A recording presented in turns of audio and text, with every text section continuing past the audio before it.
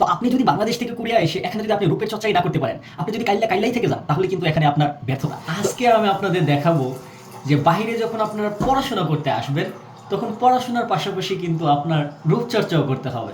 এখন কথা হলো যে রূপচর্চা কেন করব। আপনি বাংলাদেশ থেকে যখন কোরিয়া আসবেন, সবাই জানে, পুরো ওয়ার্ল্ড ওয়াইড জানে এটা, যে কোরিয়ার যে মানুষ আছে তারা তাদের রূপের ব্যাপারে অনেক সচেতন।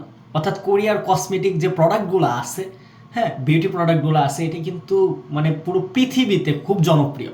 তো আপনি যদি বাংলাদেশ থেকে কোরিয়া এসে এখানে যদি আপনি রূপের চর্চাই না করতে পারেন, আপনি যদি কাইল্লাই থেকে যান, তাহলে কিন্তু এখানে আপনার ব্যর্থতা।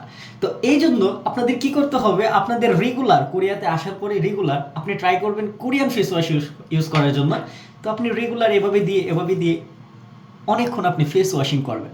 কারণ যখন দেশে যাবেন তখন যেন মানুষ দেখে বলতে পারে ফর্সা হয়েছে, কোরিয়ার মতো লাগতেছে, কোরিয়ানদের মতো লাগতেছে, নট কোরিয়ার মতো।